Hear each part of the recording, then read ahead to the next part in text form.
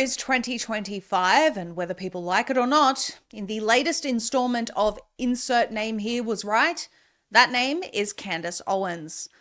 Since the tragic assassination of Charlie Kirk, it's obviously far from a secret that Candace Owens has been like a dog with a bone, trying to get to the bottom of what really happened, who was really responsible, and it goes without saying that everyone at this point knows the official narrative makes very little sense. It's been incredible watching the people who from the start aimed to deride Candace, who was clearly sincerely asking questions and digging into every aspect of this assassination and the investigation.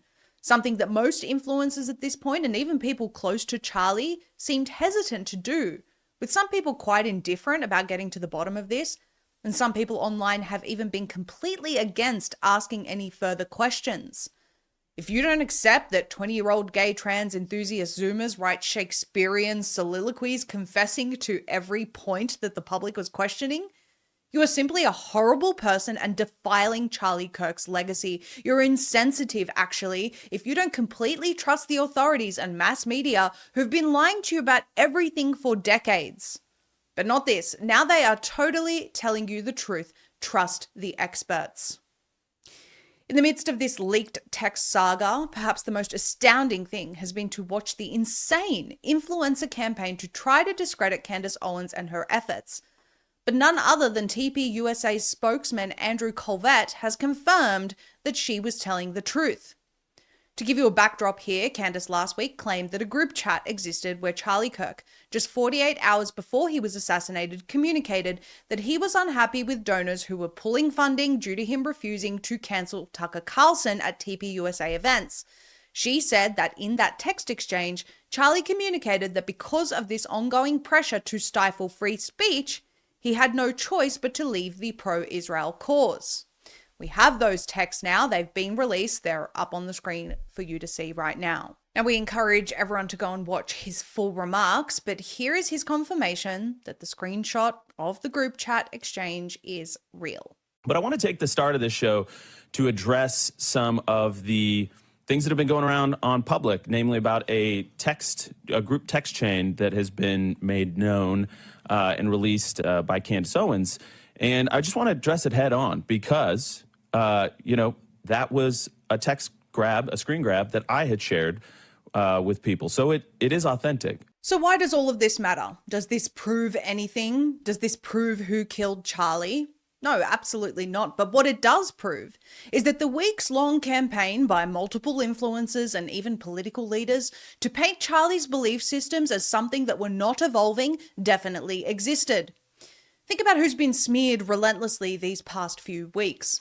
Actually, they've been smeared for longer than that, but especially these past few weeks. Candace Owens, Tucker Carlson, and Megyn Kelly. All people who are very close to Charlie, and all people who have spoken up loudly about the pressure this man was under for what? Having evolving views, fostering an environment of free speech at his events, the very supposed thing that people were donating to, that being Charlie's vision of free speech and more speech solving most of our problems, suddenly pulling funding for Charlie living those very values because they didn't like that speech. Which they're entitled to do, by the way. You don't have to fund something you don't like, but don't pretend to be pro-free speech when in reality, free speech has limits for you. And we have some real lessons to learn from this. First of all, and I've been alluding to this for some time, but let me say it expressly right now.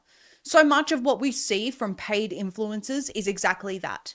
Mouthpieces for whoever is paying their checks this week, or people who purport to be for free speech being vehemently against it if it in any way threatens their income or influence in any way. The hypocrisy of a lot of these influencers who rose during the time of COVID or the last election cycle and grew their platforms by gaining the trust of the people who promoted them are spending most of their time gaslighting the public.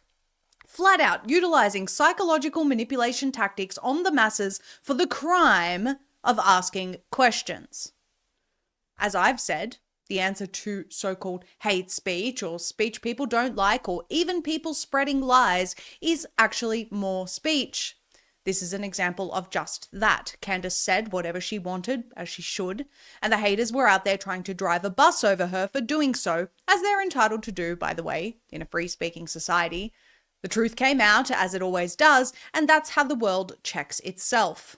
It's the perfect example of free speech. We don't want the fake people and liars to shut up, actually. We want them to keep exposing themselves, and Candace demonstrated that point to the world in real time. The moral of this story today isn't necessarily Candace and the leaked texts, Charlie's assassination and who's responsible for it. Those things, of course, matter, and it matters to keep asking further questions.